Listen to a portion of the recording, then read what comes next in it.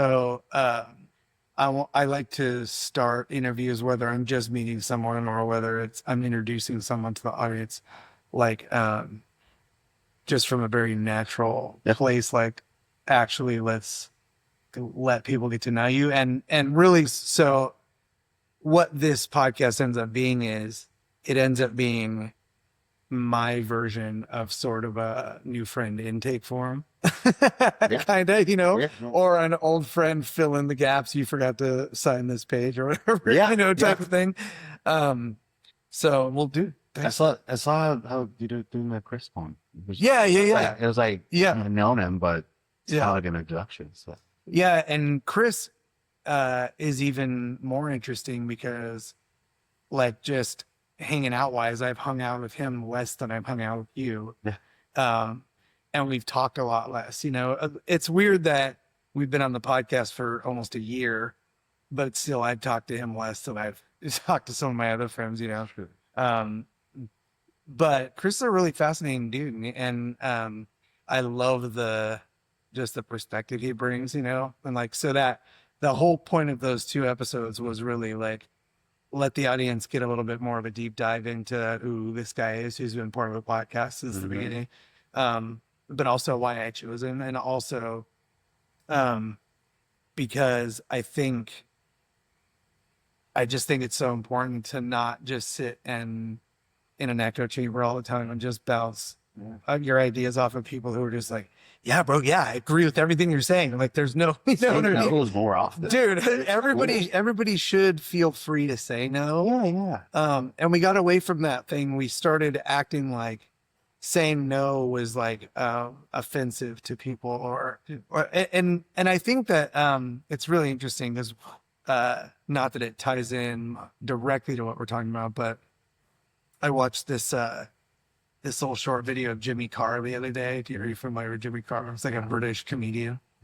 Yeah. Of course, yes. Yeah. Now, Japan. Yeah. So he did this little video on being a parent, and he was saying that that it seems like nowadays what people are doing is they're trying to make their kids happy right now, instead of trying to make their kids happy in the future. And so what they do is they pacify and they quiet them and they give them what they want, and they give them more than they need. And then the kids get this sort of rhythm of, well, all I have to do is, be loud or throw a fit or whatever. And eventually, if I can sustain it, I'll win.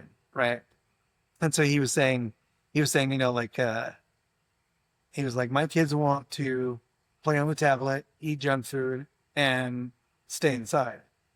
And so what I do is I evaluate their potential as people. And I say, no, that leads to you being unhappy and miserable in your later life. Right. Yeah. So what we're going to do now is we're going to have some broccoli. We're going to do our homework. And we're going to go for a walk. Yeah. Like terrible. And then they go outside. Yeah. They go out and they do all that. And then that becomes the norm, right? I think we've gotten away from this idea, and probably because I was trying to think of, but just like generationally, when I grew up, I was coming off of like the end of the 70s, where the 70s had been like sort of the letdown from the 60s, and everything was crazy in the 60s, right? And so the 70s was a little bit more chill. And then you jumped into the 80s and it went insane, right?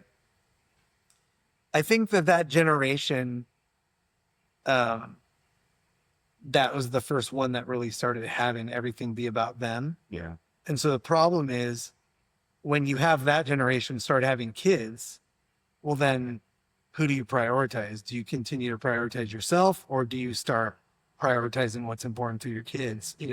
True. And it's a big, like, that's crazy. It's like a big decision, I just think people don't think about it.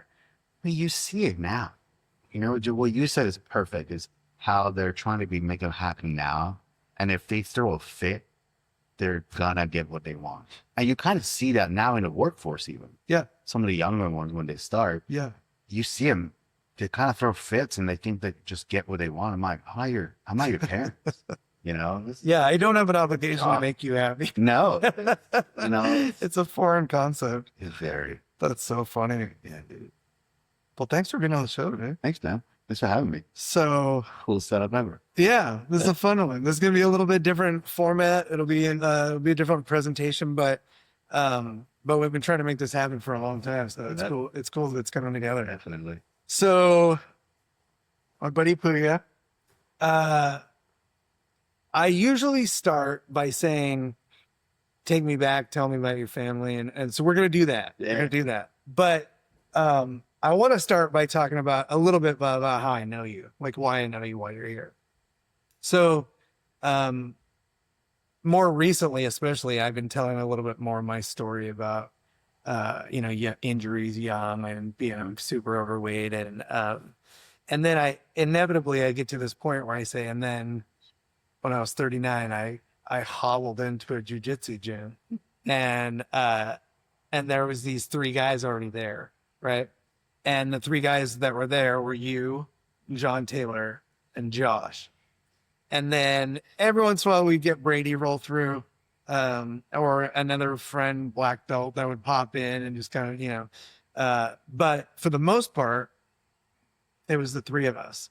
And so, I think it's kind of interesting that 2 of the 3 guys that I started from day one with were head and shoulders above me in height.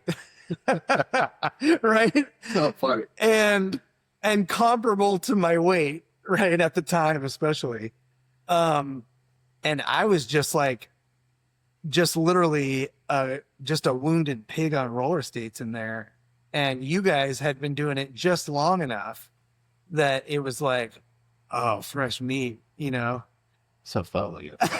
And then until like 2 or 3 rounds into it, I'm like, all right, just this guy. I had a little bit of wrestling, Yeah. right? So that changed, obviously your wrestling is such a valuable asset when you get into jiu-jitsu, like more than people realize, I think.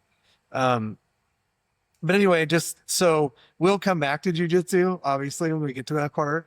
But I wanted to kind of just sort of set the tone on how did I run across this guy. And the other reason why is because we were talking on a previous episode, probably one of the recent ones, maybe even the one with Chris.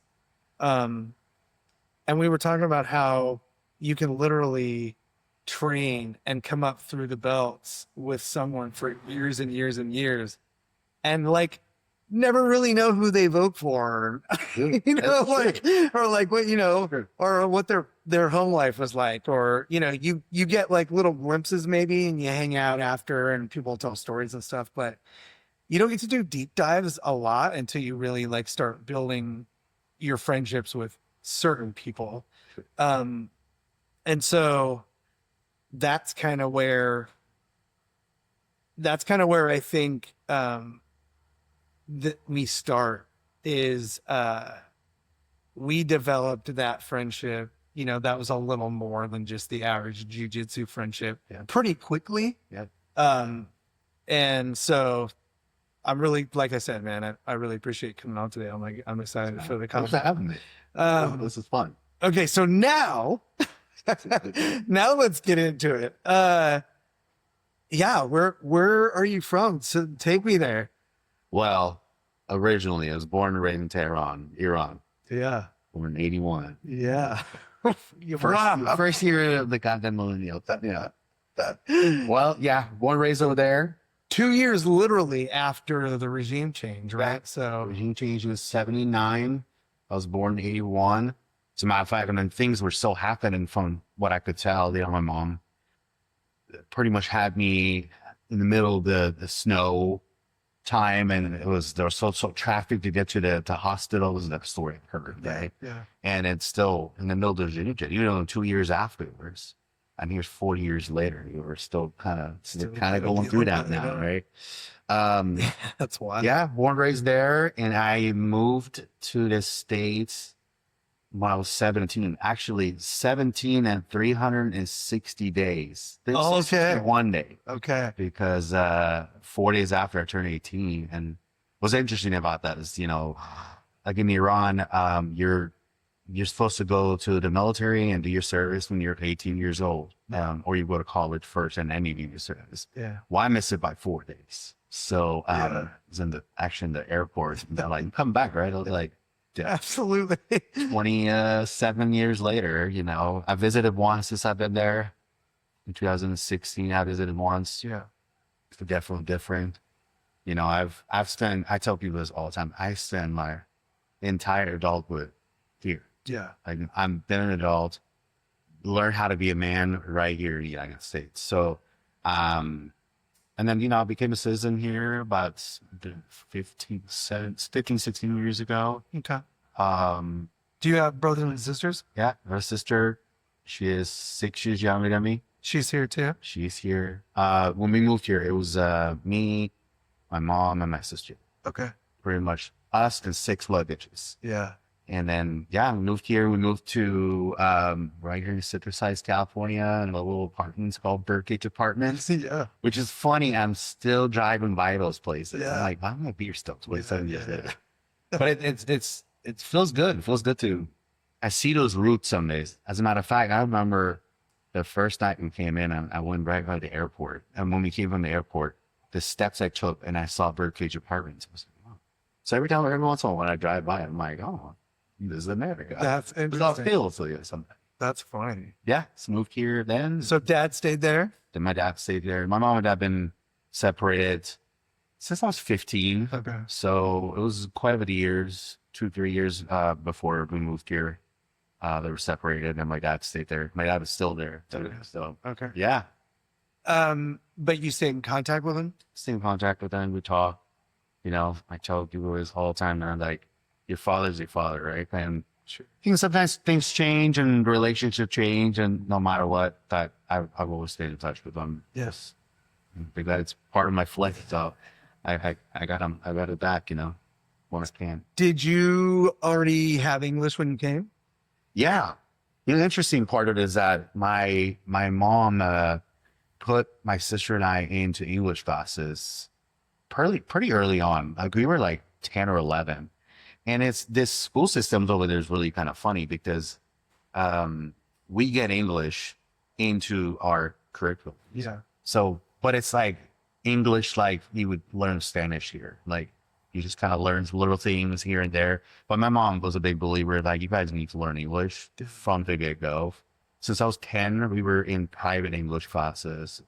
As a matter of fact, one of my first English classes was my aunt, who lived here and moved over there to teach us English and learn English over there. When I came over here, I knew kind of everything, but then I was like kind of shy. I remember my grandpa, my very first day, he's like, go to the register and buy something and then ask for this. And I'm like, I'm going to ask for this.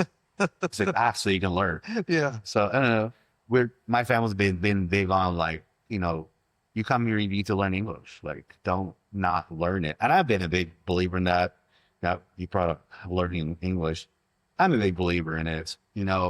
I'm from the Iranian culture, Persian culture, and I've seen some people that they're just around their own folks and they never learn English. And for the life of me, I don't get it.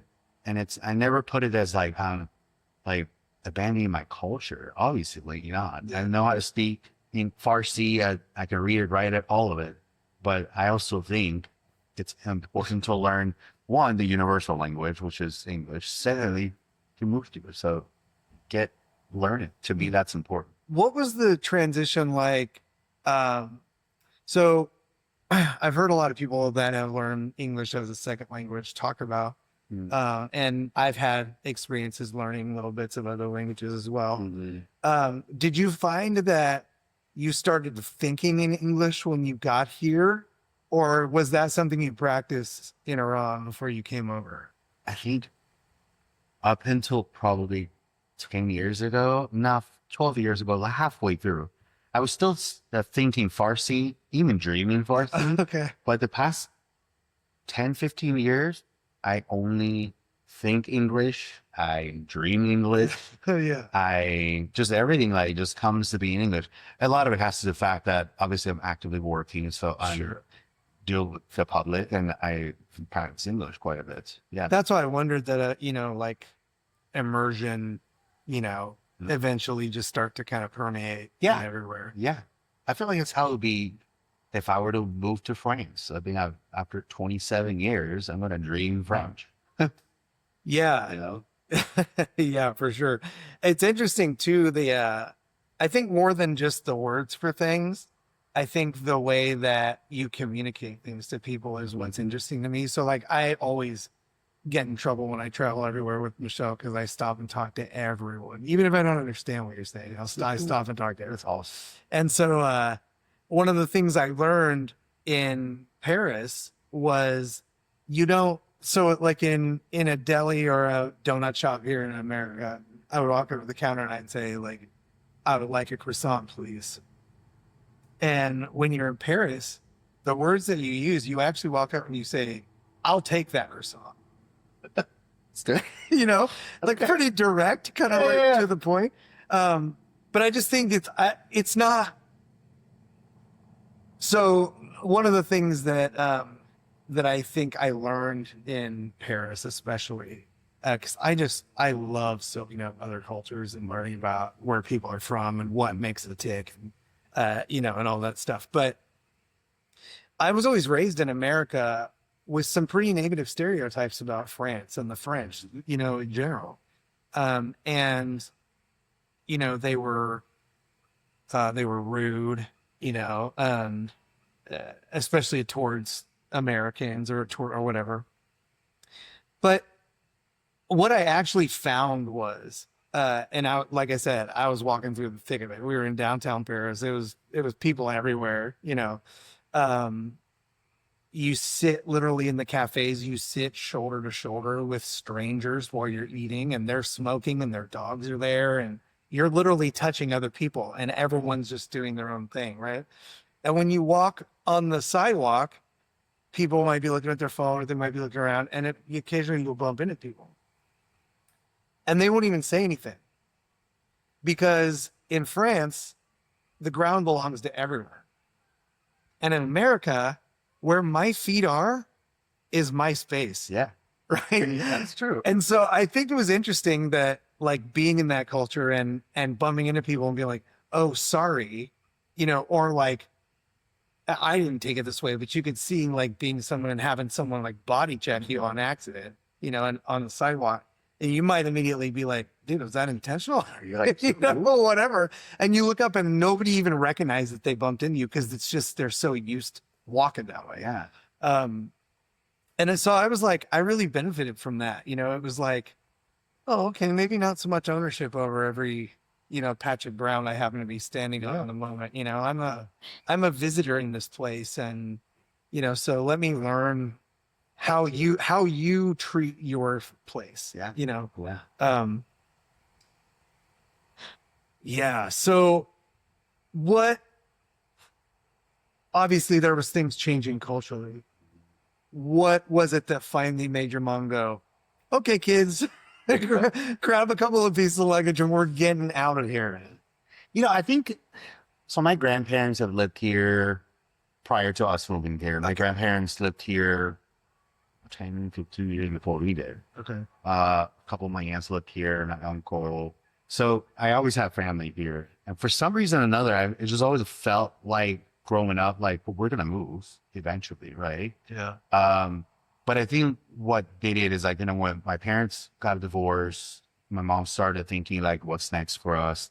And, things are a little different over there and difficult. Like, for instance, my mom was huge on getting us education. Yeah. And education in Iran is a little more difficult to get into, like especially universities.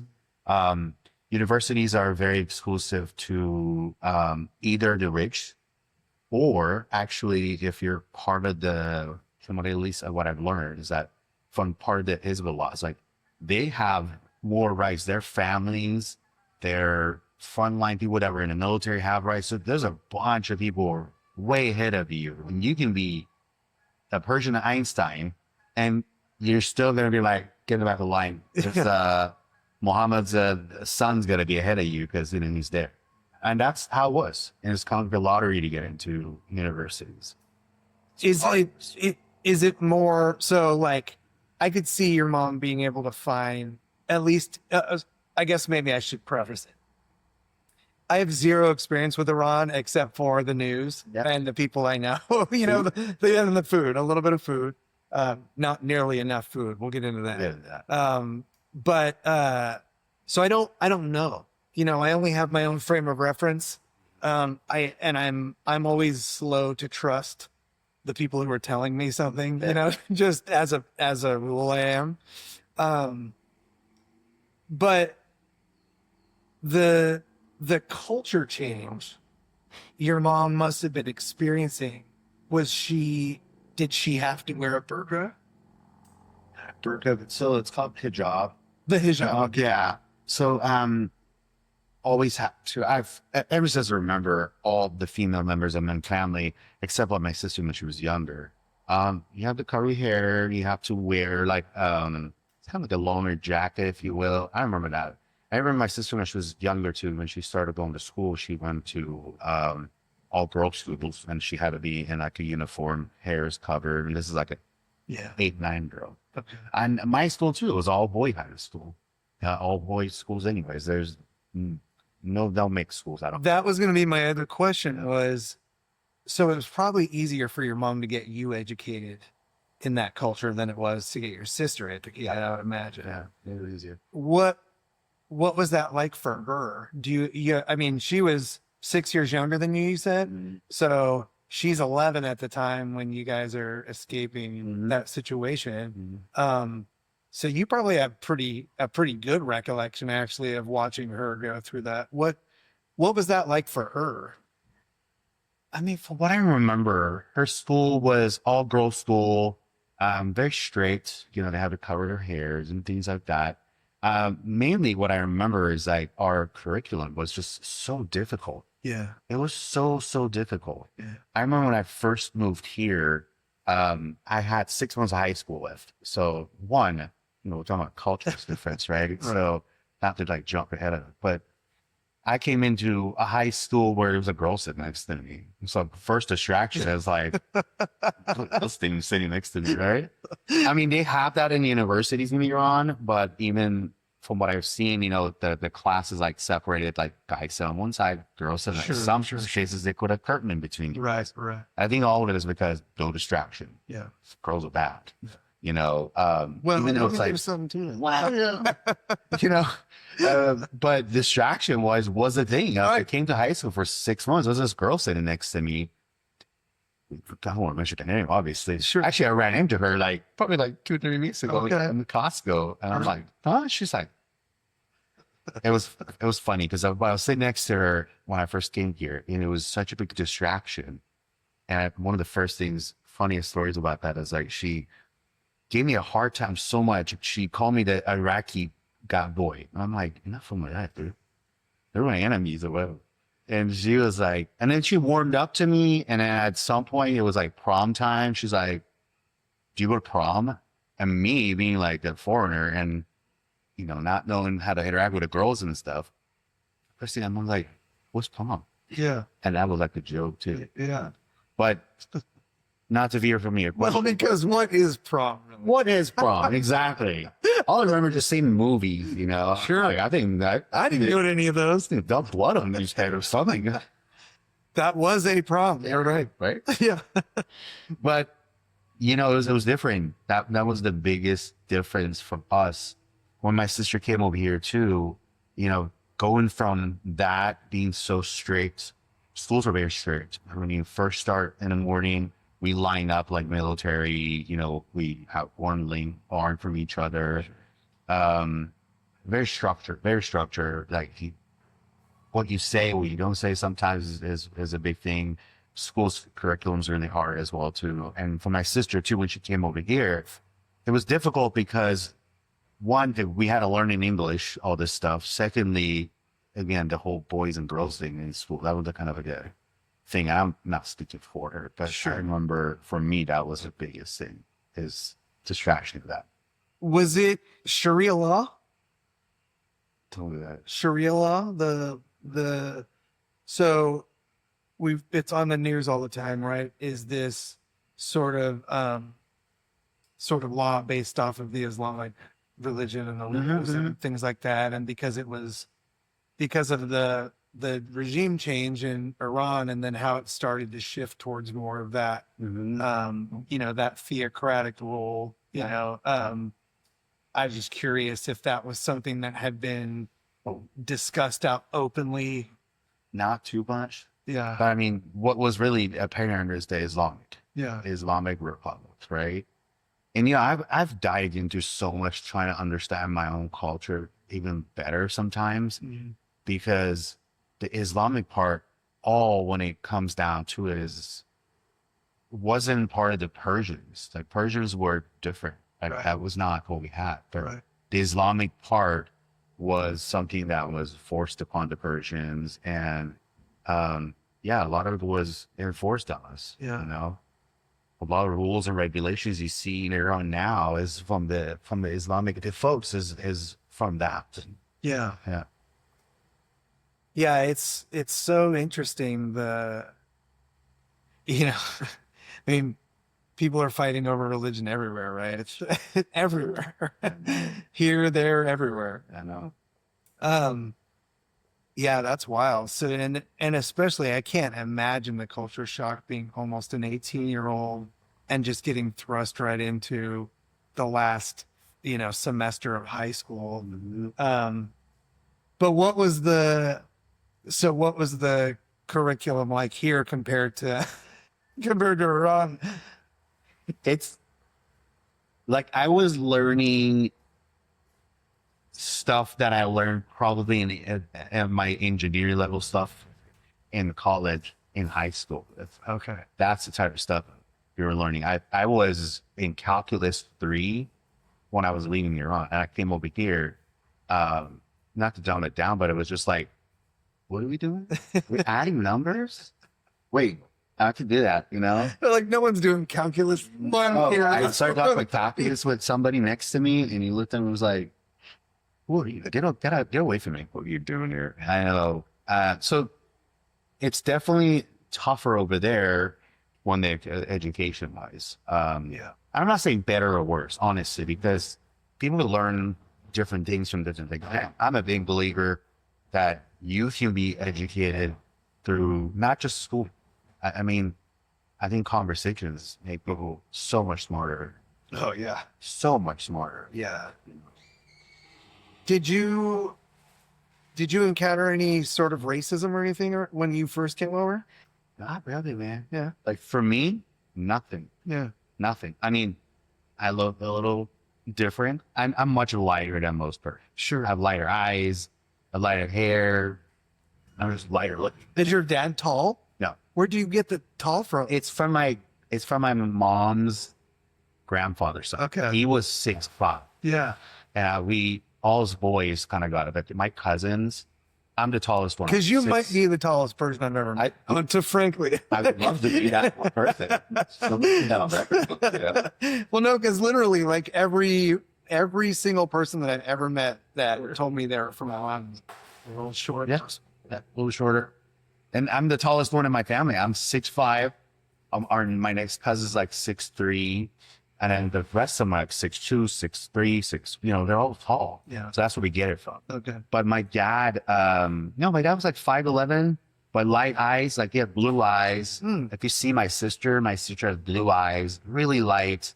Matter of fact, I used to make fun of her when I think we talked. Yeah. We found in France. My sister, yeah, why we did that. But I think that's the reason why we didn't. But I'm sure other people did. For me, I never did that. Even like when 9/11 happened, I never really experienced it. No one really said anything to me. I think it could be just the way I looked. And I've always had, growing up too in Iran, I had a lot of like American culture, if you will, to me. A lot of it was when my cousin moved here, and I remember him giving me that Master of Puppets Metallica CD. I was like, dude, and that's like my music taste was that, and we like wore like skater stuff when I was growing up as well too. So a lot of it was that, I think. You also have just a very subtle accent, Very. right? Like it's almost undetectable except for like a few words or phrases. Or when you get like into a certain, like when you get kind of hyped, then you start to hear it come out a little bit more. I give credit to Friends for that. Yeah. So I watched so much Friends. Yeah. When I first came over here. That's funny. Like, let's watch Friends. I watched all of that, and I learned a lot of English by just imitating it. Yeah. I was a big fan of like, I need to learn I want to get my accent down, Yeah. I mean, I get that. You're right. Probably what you tell me is like, you don't have an accent that much. Until you like get really worked up about something. Yeah. I don't know. Yeah. Every once in a while, Comes out. Okay. So you get through high school and then you went to college here. Where'd you go to college? So many business, man. I was in college for 10 years. Yeah. I was the career student. Why? I think I changed majors quite a bit. I didn't know what I wanted to do. I kept switching classes. Willing to tell you, a bunch of times I would fail classes. Just didn't know what I want to do. Yeah. So I went to school, and I started in American River College locally, and then I went to Sac State. That took for a long time as well too. And I went to so many majors. I finally got into engineering. And I graduated, but I still have like 3 classes left to really get my degree. Okay. But yeah, that was the extensive school for me. And I was just like, how much of this am I gonna use? And I don't use that. Not much. Not all what I do. Yeah. Yeah. So what did you end up doing instead? So while I was going to school, always worked. That's one of the things, my mom was the biggest supporter of my sister and I, hence the reason why we moved here, right? Yeah. To go to school, to be able to get into a university is the benefits of how easily you can get into university in a year. And I mean, I wish most of the world, most Americans would know how hard it is to get into somewhere else. It's so nice to just go to a college. You can do it. But so she was so supportive of us getting to universities and schools and stuff. But so my mom and I made a pact that we're not going to let my sister work. We're going to let her get through school in 4 years. But I worked all the time, and I did the opposite of most Persian boys, if you will. And I moved out. I got 3 jobs. I did all that stuff because I just wanted to like prove that I could do it. Right? So through school, I was working at an assisted living place at a front desk. Okay. Weekends. I remember loving it, man. I love talking to the elderly. I loved what it served, and I'm kind of like you. I kind of like talking to people. Yeah. A lot. So that's where I ended up. And, after Sac State, I went and worked at a cubicle, and it was just not the thing for me. Yeah. I couldn't do it. So I was like, I'm going to go back to what I was doing. And I went to some more assisted livings and kind of worked my way up. And that's what I do now. Yeah. Take care of my oldies. Yeah. Yeah. Yeah. You've been there for quite a while. Quite a bit. And I've been. Was your mom in it first? Yeah. Okay. Yeah. That's how I actually got into it. Yeah. I should say that. My mom was into assisted living first. Because I knew of her reputation in the industry. Yep. But then, that's interesting. She's been in the industry for a long time. And as a matter of fact, right before I started kind of working, she would take my sister and I to one of the assisted living places and use child labor laws and make us do things. Nothing back. As one would. Nothing back. Yeah, why not? Just make the kids go serve, someone who's been in World War II. Like, yeah, that to me is like, you should do it. And that's how we were talking about before. It's like kids need to learn that these days. Yeah. You know, I love them when where I work, people bring in their 10, 12-year-olds and say like they want to be a volunteer. It's like, I think it's a good thing to be able to do something for that generation. You know, I lost all my grandparents just young. I think before I was 20, I'd lost most of them. And I was down to just my grandma, and then she got dementia. So, like, all the things that I'm super into now as an adult, I just took for granted as a kid. Like, these are my grandparents, you know, who cares? You know? And now it's like, I would give anything to have 10 minutes with my grandpa Jack talking about, you know, World War II and Korea, you know, or even my grandma just talking about what life was like back then, you know, and where our family came from and what, you know, figuring out why things were the way they were and are the way they are. And it's so my journey has been so crazy. And so right now I'm currently working in one of your facilities as a maintenance director. And that getting to plug in and talk to people and listen to them tell me stories. And it's funny, like they'll go round and round with it, right? So you hear the same details 50 times, but sometimes on the 51st time you get a new detail, you know, and eventually you start to get a more clear picture. I had a resident come up to me the other day. He's an Irish guy. He was born in Belfast. And so he never quite lost the Irish accent. He came over here when he was young too, and joined the army and all that stuff. But out of nowhere, he came to my office the other day and knocked on the door. And I opened it, and he walked in, and he was holding a really old bayonet. And it was so cool. It was like, you could tell it was old, right? Like it was just like looking at it, you could tell. And he pulls it out of the scabbard and he holds them up together. And he said, "This was my grandfather's bayonet when he fought in World War I at the Battle of the Somme," which is like ridiculous, right? Ridiculous. And Joe said during that time in Ireland, literally every other door had a Black Wreath on it because they were just dying. Yeah. And he, all these years later, he has this, right? And so I was just like, my eyes were super wide, just like, tell me more, you know? So he's like giving me the details. And then he was so, I think he was just so touched that I was like so interested. Maybe like 40 minutes later, I'm knocking on the door and he comes in, and this time he's holding a suitcase.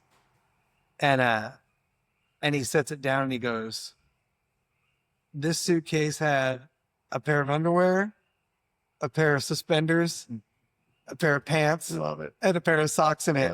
This is the suitcase I brought with me to America." And he opens it, and it's the original ticket from the steamliner that he took over here in his same trunk, you know, with the ticket stub and all that.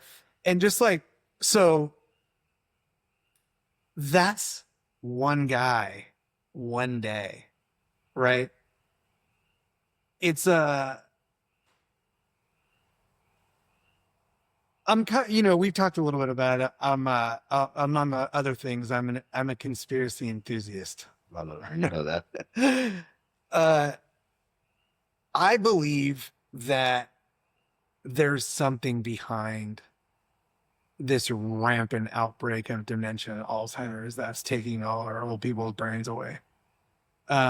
Because the richness and the depth of the history that they've experienced, even if they're not that old, you know, even if they're just in their 70s, you know, or young 80s,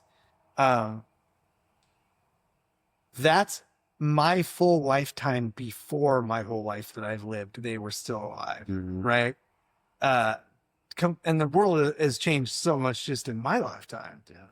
I would give almost anything, I think, just to have a little bit of time to sit with my grandparents and go, okay.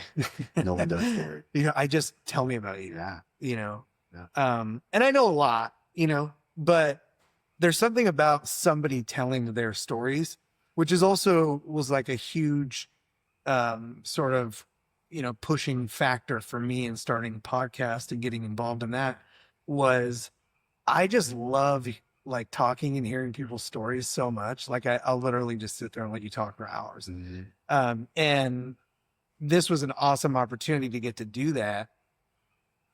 What I found really quickly was, like, I know some really interesting people, that have really diverse and interesting things to talk about. And so I think that it's fascinating to me, especially when you have generations of people that were in a completely different culture, a completely different country, and a completely different language. Even just the way that you think of something, and how it has cultural significance to your culture versus the American way or whatever way, right? I don't know, man. I think everybody should make a point in their life to try to spend some time with the elderly, whether it's your grandparents or someone that's around. 100%. I agree with that. So fascinating. Yeah. That's actually one of the biggest reasons why I keep doing what I do. I mean, like we work kind of hard, and sometimes they're difficult days, right? Sure. But I do seriously live for those story. Yeah. I have so many of them that over the years just kind of sat down. I talked to somebody, and somebody when you had dementia, and people are like, she doesn't make any sense. She actually does. You listen to her. Yeah. She's trying to tell you something about her story as well, too. And like you said, one day something new comes up. It's so funny. And, we have so our facility has assisted living, but it also has memory care, right? So we have a lady over in the memory care side, and I feel like she knows what she's trying to say. And I feel like whatever she says, she actually hears it in her head the way she's intending it. Mm-hmm. But she will string the most random 4 sentences together when you ask her a simple question that are literally like you'd have to dig to try to make any sense of it at all. But I can sit and talk to her for a half an hour and let her answer randomly like that and be just so delighted by the range of emotion she feels while she's talking about it, just by experiencing her having connection with someone, even if we don't understand what we're saying to each other. And I think that's such an amazing analogy for being able to have an international community, have friends and get to do things, do you know Omar from the school? Yeah. Omar, great dude, right? Good dude. From Iraq, Yeah. right? We went and smoked hookah with Omar about a month ago. Mm-hmm. And in the place, all the mugs were like, the Palestinian scarves, and everything was very much, just immersed in that culture. And they played music and we smoked hookah and people danced, and I was drinking coffee. I could do it all night. I can stay there all night. Yes. We did. We were there for like 4 hours. I didn't get home till 1 a.m. And Omar is one of these guys who we definitely don't see eye to eye on things, on some things, right? But we're able to sit for 4 hours in a place and express ideas to each other and walk away and hug each other and love each other at the end of the night and go on about our lives, and then look forward to the next opportunity to talk to each other and to update, because dude, I don't know if you've been watching the news lately. No. What's happening? Your visit to the show couldn't have been more timely. Exactly. In the news cycle. Tell me a little bit about your personal, I'm not so interested in your American reaction to it, right? Because, we can certainly talk about that. But I'm surrounded by that, right? Like I get every American's opinion about the situation every day. But I don't have anybody really, close to me that I know that has family that's currently experiencing what's going on. And, that has periods of time where you can't get a hold of people because the internet and the phones are shut down. And so tell me about like kind of what you've been experiencing as this whole war and conflict over there has ramped up. And it started in October around time. And personal experience of it was my cousin actually got married. He was born here, so is his wife. And actually, they decided to get married over there, which is great. For some reason, something I was supposed to go actually, and something was just like, yeah, maybe you shouldn't go. I worked or something. Yeah. And I didn't. And the first war happened. Yeah. And the very first thing was my mom is there. And, to my sister and I, my mom is our world. Like we take care of her. Yeah. She's done so much for us. And that was our first experience of, we can't get a hold of her. And then we can get a hold of my grandma. And I can't get a hold of my dad who lives there. And then my aunt, no one. So that was the first one. And that was the scariest one for all of us, because that was the first one that's happened in decades. Yeah. No one's really dropped bombs in the middle of the city. Right. And, so that was the first one. It was really difficult, and then kind of quiet down. And then now this is happening. So many mixed emotions about it. All of it, I grew up over there. So even like sometimes you see parts of the news and you're just like, I remember that, Yeah. And I was destroyed, right? Yeah. I have such mixed feelings about it. For me, it's like, that regime has to change. To me, it 100% needs to change. I think people of Iran deserve it. I think even further than that, people of the world deserve to be able to go to that country. It's a beautiful country. Yeah. Like with beautiful people and beautiful food and everything. And everybody deserves to be able to go. But you, my buddy, can't come over there right now. Right. Or couldn't like 10 years ago, 5 years ago, last year. Right. For what? For what reason? Right. Because that regime is in place. Can you elaborate a little bit more on like what does this regime being in power mean to the people there? Like why is it a bad thing for the individuals? What? It's so religiously driven, like Islamic religious. So which means they control people. That's one, control. Mm-hmm. Two is economically, people can't live the right way. My dad lives over there, and when he describes to me what he makes versus what his expenses are, like it's here, it's like this, like how do you live? It's like someone telling me that, my expenses every month is $5,000, but I make $8,000. How do you live that? Like, you can't. Yeah. And,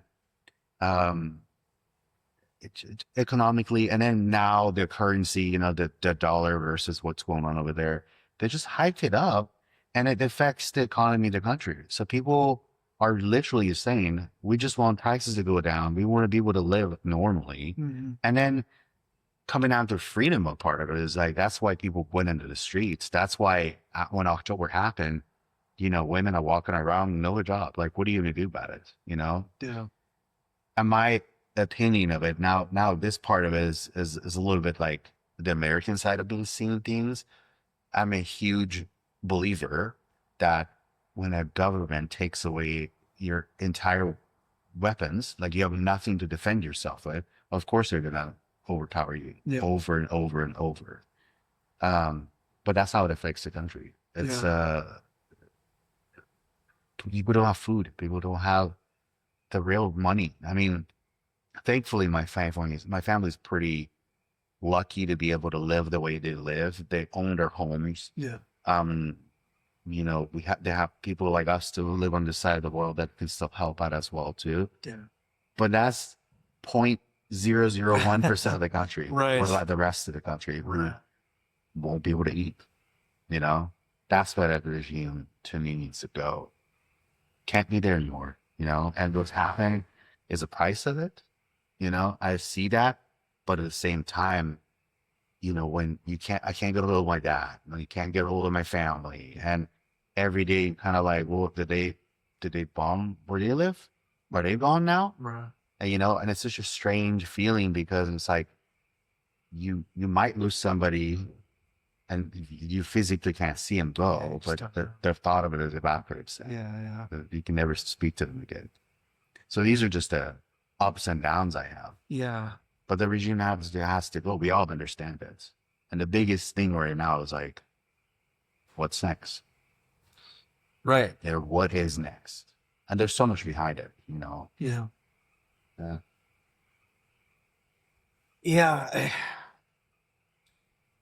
I think, you know, so in my lifetime, it's been pretty much the World Trade Center, you know, but there hasn't been any other real like attack on American soil, right? You know, Pearl Harbor before us, but you know, so I think it's really difficult for anybody to conceive. Like we can conceive of high prices and we can conceive of government outreach and we can conceive of all that stuff. But to have the entire country be in a situation where they can't eat or they, you know, I don't know. I feel like even the poorest of us here are still doing a little bit better than, you know, the average citizen in another country dealing with stuff like that. Absolutely. Are you able to be in touch with your family right now? Very, very short times. Internet's still shut off. You know, the phone is they could call, but we can't call there. Okay. The only thing is like once in a while they can call with little phone cards and stuff like that. That's the only time we can kind of get in touch with them. Yeah. Okay. What are they kind of saying when they call besides just we're alive, obviously? Mostly scared, you know, but it's the other thing. It's interesting you said it, you know, I've lived all my adult life here too. And even when I was in Iran, I think the only time I remember war was war of Iran, Iraq. And I was young. Yeah. I couldn't end up more than 5 or 6 years old. Yeah. I remember some of it, like going down to bunkers and, you know, they're like, you hear the sirens. I briefly remember stuff like that, but I don't remember war. So when they're just like, you're talking to them and they're, the fear of like, are you guys okay? What's going on? And they're like, oh yeah, well, we had dinner today and we're watching a show. Everything's okay. And it's like how normalized it is because it's what happens. Yeah. They just do it. Yeah. That's the part that sometimes I'm just like, I don't really relate some days. Yeah. You can be scared, but you can't stop living. No. You know? And that's how you see it over there. They're scared. Well, we can't stop living. Yeah. You know, we're going to keep living. Yeah. That's wild. So I've only had an opportunity to eat 2 dishes that you made that were culturally interesting. Yeah. One of them was this ridiculous rice dish where you like not burnt, but crisped up the outside of the top. Oh. Tahdig. That's what it's called. So good. So, but what am I missing? Like what are staples that, you know, that like The man, you can have this much, my friend. I can't believe I've gone this long without trying these things. I know. It's so rice is a pretty big staple. Then meat, obviously, but we make a lot of stews. Eggplant is like a huge thing over there. Yeah, just a lot of stews that they would make, and then the stew kind of goes on the rice. Yeah. And then the rice, that part of the what we were talking about, the tahdig that you were saying. See, I'm getting hungry right now. Like, I don't something, and I was like, dude, I'm like stew on rice. Oh my God, where do I find some it of is this? so good. Yeah. But the tahdig part is a very culture appropriate for Persians. Okay. And when that's sitting at the table, everyone fights for it. Yeah. As a matter of fact, we have a funny joke in my family. My mom is always telling the people that new to the table that, oh, that's so really bad for your teeth. Don't eat it. Because she wants to eat half of it, you know? My cousin's fiance, he's American. He's just had that, and my mom tells him all the time, like, "Don't that's such bad food." She just says that to her own son-in-law these days, but that's something that he knows now, so he goes straight for that one first. Yeah. We have to. Yeah. We have to. I have to bake more to bring for you, and then obviously there's good restaurants that we can go. We should just make some together. Like, just cook a meal. I would love that. Dude, that'd be awesome. That would be fun. Like, yeah. Stew and tahdig. So I could probably eat that every day. Yeah. Yeah. Saffron's big. You know, saffron is one of those things that when I went to Iran, I was kind of looking at it, and then I'm a nerd when it comes to prices and math and stuff. And I kind of put the math to it. I was like, is that more expensive than gold? It is. Here, it's ridiculous. Even though they're so expensive. Yeah. Even I come to a point that when I visited over there, I was like, I should bring a couple pounds of that here and just sell it. That would have been my entire trip. That's it. But it's a huge thing. You know, we kind of put it into almost everything. And it's like, for who don't know, it's like, it does have a smell to it. And it's mostly just that yellow look. Yeah, an aromatic. That's what it is, really. But we almost have it almost in it. Yeah. Yeah. I think, and it's so funny, like, so I grew up, you know, with the Christian Bible, and I'd read stories about, like, Esther. And Esther ends up as a wife to Xerxes. And then, you know, you just think, okay, you know, like, he's a king or whatever, a Persian king back then. And then you watch 300. Right? 300. And Xerxes is this naked, godlike man on a pedestal being carried by slaves, you know, and he's got, you know, jewelry everywhere. And then I go, oh, that's who Esther was married to, you know? Oh, that's fascinating. Oh, that's funny. Do you know where because it seemed to me like that Persian Empire, and so many of those cultures over there, their food is such a historical blend of local dishes and conquerors' influence and, you know, all those kind of things. Does your family have a specific dish that's like, this is from our region, this is something that you really have to be not only from Iran, you have to be from this village or whatever, you know, to know? A lot of it is common, but yes, like we have a dish called lubia pululu, and it's pulum is rice. Okay. And it's, again, saffron and the rice, but it's got green beans kind of mixed in it, these little meatballs in it, and I don't know how to even describe it, but it's all mixed together, and the tahdig comes out, and it's, you know, Persian culture, you just got to know, you got to add a lot of butter to your stuff because it tastes amazing. Yeah. That is, I would say, because I was from Tehran, and that would say, that's at least what I remember. Okay.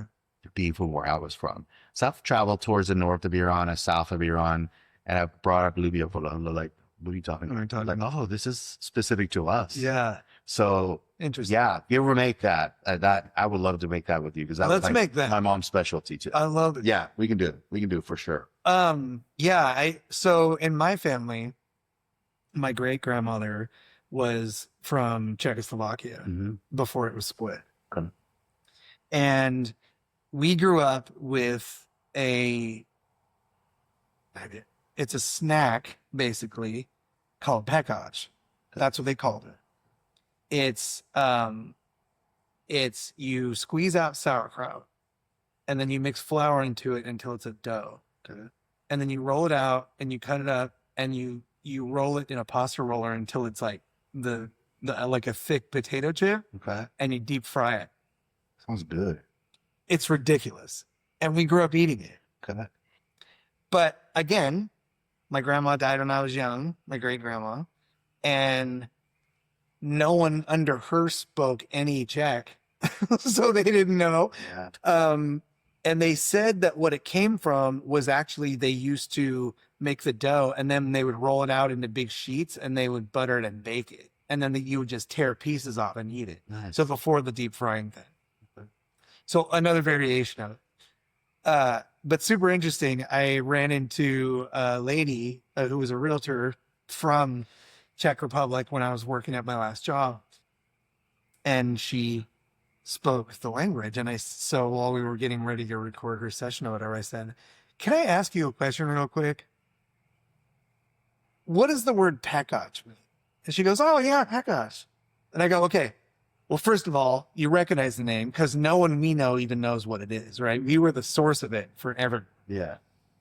And she goes, "Oh, okay, well, here's how you spell it," which was amazing, right? So I was like, okay, I learned how to spell it. And then she said, "Pekach is the name of the cookie sheet that all the stuff gets put on and put into the case. And then you come by the case and you go, I'll have that pekach or I'll have this pekach."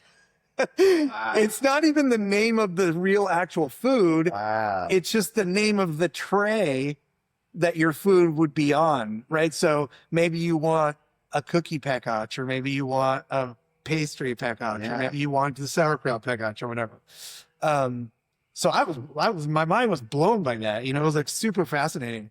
But it's interesting to me that was such a staple. The word was so ingrained in our family. Like we always knew what it was. And then people would ask us, "How did you spell it?" And I don't know.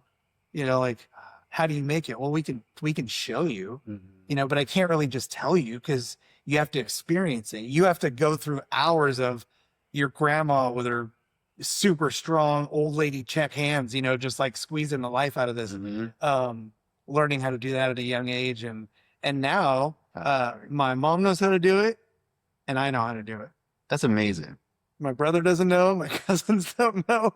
They all know how to eat it, but they don't pass along to the boys. Yeah. Right. And my boys have seen, but they couldn't just do it from scratch. But I think those things are important. Very. You know, I think having something like that you can keep with you, especially like a food thing. You see some of these videos sometimes of people who like their parent makes them something in a Tupperware and they put it in the freezer and then their parent dies and then they wait forever to eat it, you know, and then you just watch them like bawling while they're tasting their mom's food one last time.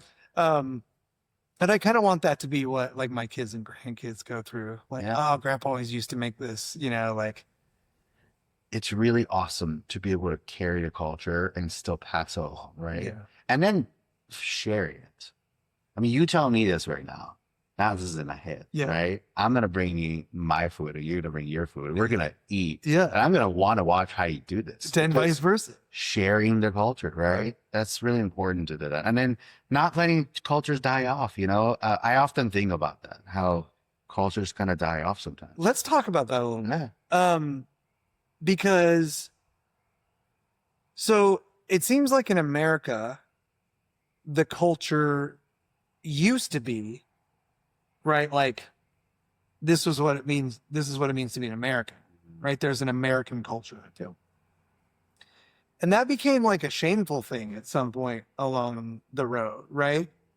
And now it's like this culture is shameful, but it's not like you wouldn't go to Japan and throw a fit because the people didn't speak English for you or because they didn't care about your genes or your, you know, or like whatever, you know, like you couldn't do that. The Japanese have a specific culture in Japan. It's amazing. You know, it's beautiful. It has its nuance like any other culture. And around the world, the countries have that, right? Like the Persian culture is a specific type of culture, whether it's been suppressed or, you know, affected by regime, is, you know, one thing, but what do you think? Do you think it's dangerous for America to lose its culture as a country? Yeah. I don't even think that. We can just talk about it. Yeah. When you said something pretty interesting with this, like people were talking about being shameful. for the American culture, right? Yeah. Or any of this stuff. I'm going to tell you something. To me, a person who came from another country, and I've actually explained this to people amongst my family as well too. Yeah. Further, there's nothing shameful about it. We chose to move here because all the beautiful things that happen in here, and also part of the culture here is that we live peacefully, like literally we live peacefully, right? I told a couple family members and friends, I said, imagine how easily you and I are sitting right here on the couch. Does it ever cross your mind that we might have airplanes going over there and bomb us right now? No. That'll never happen. Right. Because part of the culture is like being peaceful. Well, let me ask you, because so people want to come to America, Mm-hmm. but the purpose of going to a country might be faceted. It could be maybe you're seeking asylum, Mm-hmm. maybe, there's better opportunities here, whatever. But it seems to me then that what you're coming here for is to enjoy the benefits of the culture that's already here. It's not to replace it with the culture that you just escaped from. That's right. my whole That makes sense, right? Yeah, that's my whole point for that. How did it become racist to have that viewpoint? It's people they make it that way. I honestly do think that as an immigrant who's moved here, I'm telling you, when I came over here, I've accepted everything in here and I adapted the things in here. I obviously will never lose speaking Farsi or my culture. We're just talking about Yes, this. yeah. Every culture has this beauty of it, right? And it should continue happening. Yeah. But if you move to another country, I think you should. To me, there's zero racism about the fact that you're learning that culture and you're part of that culture. Yeah. What's so wrong about it? I mean, you brought up a great example, right? You go to any other country, you go to Japan, Russia, or any other country, say, and you don't do what they want to do, the first thing they're going to tell you is like, there's the airport right there. You can just get back. You can leave, right? Right. But if you say that here, people are just saying like, well, you're racist. No, we're not. You're not racist. There is a culture. Now, again, I'm going to call it beautiful thing. The beautiful thing about American culture is like, we have a bunch of it going together, but then there is the American culture too. So embrace it. I tell this again, as an immigrant, I tell other immigrants all the time, embrace it. That's why at the very beginning of this, I told you, it's like, I don't understand it when people move here and I hear, well, I've been here for, 30 years, but I don't know how to speak English. But why? Why have you chosen to do that, right? You're not picking a side by learning how to speak English. Or I've heard it to me, we talk about if I ever experienced racism. I guess it hasn't, but I've heard it from like immigrants sometimes. We're like, oh, you're really American, right? Because you don't have an accent. No, dude, I watched Friends. That's all I did. There's nothing really special about it, Correct. But I really wanted to be able to speak clearly with somebody. And if somebody has accents, beautiful, no problem. But you learn that language. It's a personal choice for you. Yeah, but it's a. Do you have an American accent now when you go back to Iran? Speak Farsi? When I speak Farsi, Yeah. a little bit. You can hear for some people telling me like, "Hey, how long has it been?" I was like, "How's it been? What? It's just you spoke Farsi." It's like 10 minutes ago with my mom, but it's an accent. Yeah. But no, go back to our thing, man. Like I think you should embrace where you go to. Yeah. Don't put up a fight, but you move to. We moved here, yes, for the nice benefits of it. But I moved here for the culture too, because I like the culture. I like being around this culture. Yeah. But that's just me. I think that's why things like pubs and, and little dive bars and, Omar was describing this place in Iraq that's like that's an outdoor spot that has these old tables and everything. And they play a lot. Do you play a lot of backgammon in Iran? They do, yeah. Okay. Yeah. So they play. Yeah. Okay. So okay, we're gonna have to play some backgammon. Oh, love it. Or tala, whatever you call it. Anyway, that's what they were calling it. He said in this area for just generations has been a place where people just come and talk. Mm-hmm. They just have coffee or tea and they play backgammon and they just talk about stuff. Mm-hmm. And whether you agree or disagree, and it doesn't matter. You respect the place, you respect the people you're talking with. Mm-hmm. You respect the opportunity to grow as a person. Yeah. You know, and I think that's maybe a flaw in some of what American culture has become, is this idea that I don't need help. Mm-hmm. You know, I don't need your opinion. I don't need you, you know, but every time I go to another country, I come back a different person. And I think different it's a word that I use, you know, just to talk about that there's been a change, Mm-hmm. but it's always a change for the better. Yeah. I'm always a better human for going and experiencing someone else's culture. Yeah. Traveling is amazing. One of the things that one of my uncles always says, he traveled my cousins, his kids, and it's because of that. Because you become cultured, you see other things, and you become a different person. Yeah. When you do it. So, Man, I hope this stuff ends soon and then we get peace over there, because I really want to go to Iran and go see what's up. we've said it for years now. Yeah. We go there, we go to my grandma's house. First thing I'm going to take you to get some nice kebabs. That's Bro. the first thing we're going to Oh do. my God. My stomach's rumbling already. Right. I'm starving. I'm smelling it. I was like, I was making kebab and rice right now. We're going to have to end this and go get some food. But man, I'm so glad you made time to come on and chat today. And I hope it's not the last time. In this chapter of my life, and when I say chapter, I guess I mean this section of my life, because I think that it really started when, well, number one, when I married Michelle, but then when I found jiu-jitsu. And so that's been, you know, 15 years this year with Michelle, and then 8 years this year with jiu-jitsu.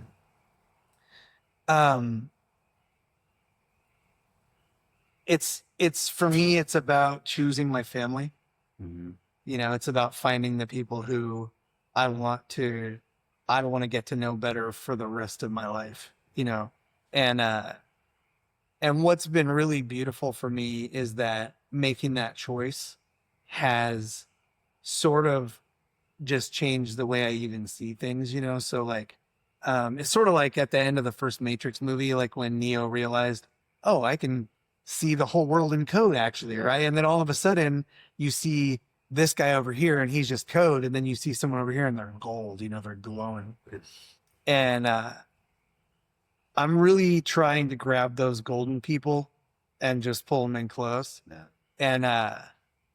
And so you're one of my golden people, bro. Like you're my brother. You know, we talk about it all the time, but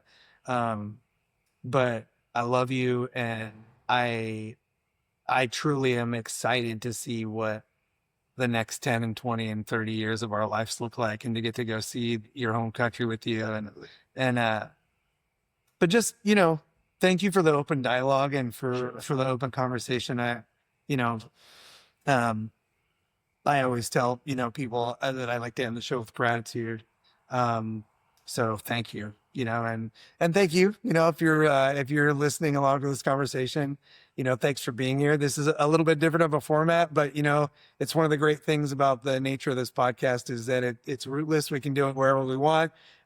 We can do it virtually. And so if you're following along, if it's your first time, or if you've been with us and you've just been kind of browsing, go ahead and hit that subscribe button down there at the bottom, set your notifications.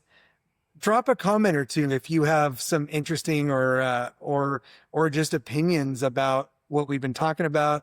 If you want to lend us some cultural insights, if you have a specific dish that you make in your culture, please drop that down in the comment. I am highly motivated by my stomach when it comes to meeting new friends.